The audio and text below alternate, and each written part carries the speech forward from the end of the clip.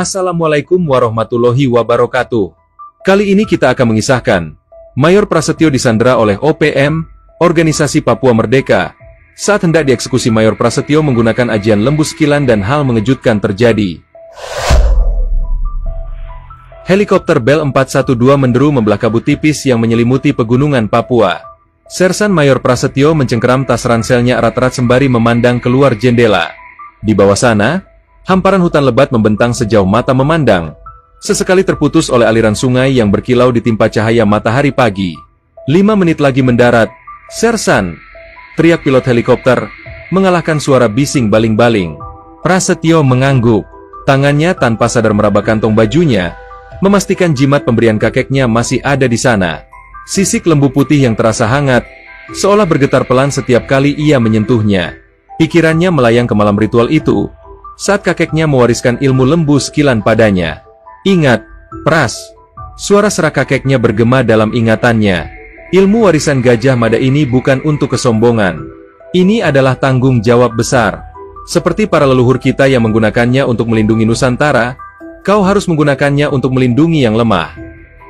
Helikopter mulai menurun, menghempaskan dedaunan pohon di sekitar landasan darurat pos terdepan Maleo. Begitu baling-baling berhenti berputar, Letnan 2 Handoko, Komandan Pos, langsung menghampiri. Selamat datang di neraka hijau, Sersan Mayor. Sambut Handoko dengan senyum tipis. Briefing langsung di ruang komando. Prasetyo mengikuti langkah tegap Handoko menuju sebuah bangunan semi-permanen. Di sepanjang jalan, ia mengamati kondisi pos. Sekitar 20 personel TNI terlihat sibuk dengan tugas masing-masing. Beberapa mengangguk hormat saat ia lewat. Di ruang komando yang pengap, sebuah peta besar Papua terpampang di dinding. Beberapa titik merah dan hijau ditandai dengan pin warna-warni. Handoko langsung ke pokok permasalahan. Situasinya genting. Sersan, OPM semakin berani. Minggu lalu mereka menyandera 5 warga desa Maleo, termasuk guru dan perawat klinik. Handoko menunjuk sebuah titik di peta. Intel kami melaporkan mereka dibawa ke camp di sekitar sini. Berapa kekuatan mereka, Letnan? Estimasi 30-40 orang, persenjataan standar. Handoko menghela napas. Ada info mereka baru dapat kiriman senjata baru.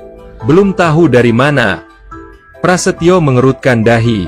Inilah misi rahasianya, mencari tahu jalur senjata gelap yang masuk ke wilayah ini. Tapi ia tak bisa membocorkannya pada Handoko. Setidaknya belum. Ada informan di dalam? Tanya Prasetyo. Beberapa. Tapi harus hati-hati. OPM punya mata-mata juga di antara penduduk.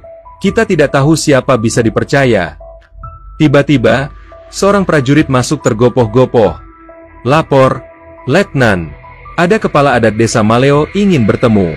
Katanya penting. Handoko dan Prasetyo bergegas keluar. Di teras pos, seorang pria tua dengan ukiran tato khas Papua di wajahnya menunggu dengan gelisah. Prasetyo merasakan getaran halus dari sisik lembu di kantongnya. Pak Marius, sapa Handoko. Ada apa? Tuan, kata Marius dengan suara bergetar. Mereka kirim ini. Tangannya menyodorkan secari kertas lusuh. Handoko membaca pesan itu, wajahnya mengeras. Ultimatum. Mereka akan mengeksekusi satu sandera setiap 24 jam jika kita tidak menarik pasukan dari wilayah ini. Prasetyo merasakan darahnya mendidih. Namun suara kakeknya kembali terngiang. Ilmu ini akan aktif saat diperlukan, Pras. Tapi ingat, setiap kekuatan ada waktunya. Jangan terburu nafsu. Kapan deadline pertama? Tanya Prasetyo. Besok fajar, jawab Handoko. Kita harus bergerak cepat. Marius memandang kedua prajurit itu bergantian. Hati-hati, tuan-tuan. Hutan ini punya banyak rahasia. Dan tidak semua kawan adalah kawan. Prasetyo mengangguk. Tangannya kembali meraba sisik lembu di kantongnya. Ia tahu misi ini akan jadi ujian pertama bagi ilmu warisan kakeknya. Tapi ia juga tahu, ada yang tidak beres di balik semua ini.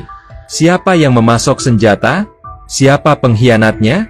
Dan mengapa sisik lembu ini terus bergetar sejak ia menginjakan kaki di tanah Papua? Sore itu, sembari mempersiapkan perlengkapan untuk operasi besok, Prasetyo memandang ke arah gunung yang diselimuti kabut. Di suatu tempat di sana, nyawa 5 orang tak berdosa terancam. Dan mungkin, ini saatnya ilmu lembu sekilan kembali bangkit setelah sekian